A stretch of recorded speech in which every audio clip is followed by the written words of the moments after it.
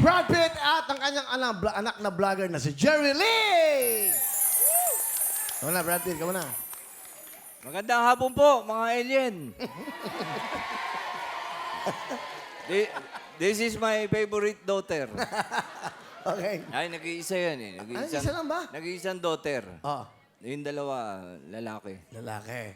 Oh. So, Oh. yun lang. Ano ba yan? May dala ka bang camera? Hindi, vlogger to eh. Vlogger kami, mga vlogger. Go, vlogger ka? Yes, yung mga nagpuputol ng puno. Hindi. Ikaw yun. Ako yun. Ayan. Oh, di ba? Ayan. Oh. Ano ba ang mga payo mo sa mga estudyante ngayon? Mag-aral kayo, estudyante kayo. Oh, tama. Ano ba? Ano ba mga ginagawa mo ngayon? Ano ako ngayon? Sa Celebrity Vlog. Oh. Andun kami. Hmm. Tuwing Sabado, nood kayo, ha? Oh. Ayan, okay.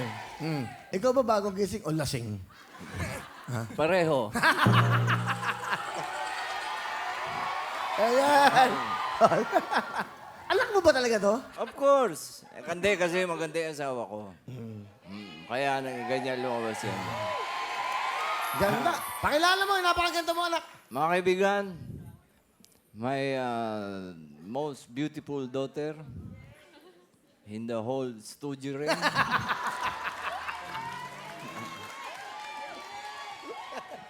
Vlogger po siya. Ayan, si Jerry Lee. Jerry Lee, ha? Jerry Lee. Hello po, Kuya Will, and hello to everyone. Happy Father's Day po. Yan. Anong ginagawa mo, Jerry Lee? Ayan, vlogging. Very supportive father po. Oo. So, vlogger ka ngayon. Yes po, Ano ibig nag-vlog sabihin po ng ako. vlogger? Ano ba yun? Actually po, kasi diba vlogging po with letter B, yun po yung tinatype po, tapos pinopost po sa websites. Pero with this one, it's vlogging with a V. So it's video form. Ayun po, video form siya. Yan. Pero ikaw ba tapos na mag-aral? Yes po, last year po gumraduate Saan? ako sa Miriam College. Wow. The graduate na anak ni Brad Pitt. Meron ka bang gusto sabihin? Una sa anak mo muna, ikaw muna. Ano ka ba? Kikita ka ba dito? Ano yan? Oh.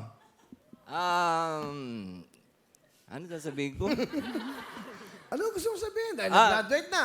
Graduate ka na. Salamat naman. At hindi na kita bibigyan ng baon. Sana maghanap ka na ng trabaho mo agad. Ako puro utang na para bayad-bayad naman tayo. Oh. May boyfriend ba? Meron na. Ha? Meron na, oo. Oh. Ano? Okay lang sa'yo? Ay, talagang ganun eh. Stricto ka ba? Hindi, ba? hindi, Ano hindi. payo mo sa boyfriend niya? Yan. Hoy, mag-ingat ka. Ingatan mo to. Mabait tong anak ko. Ang tagal ko inalagaan to. Ang laki ng investment ko dyan.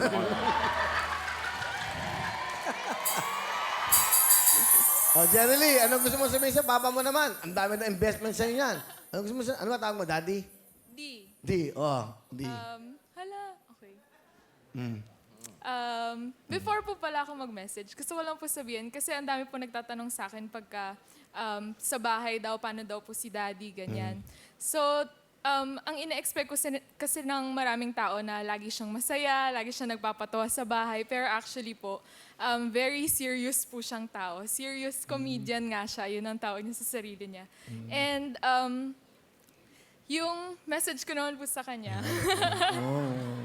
ayun po na, actually po kasi, okay.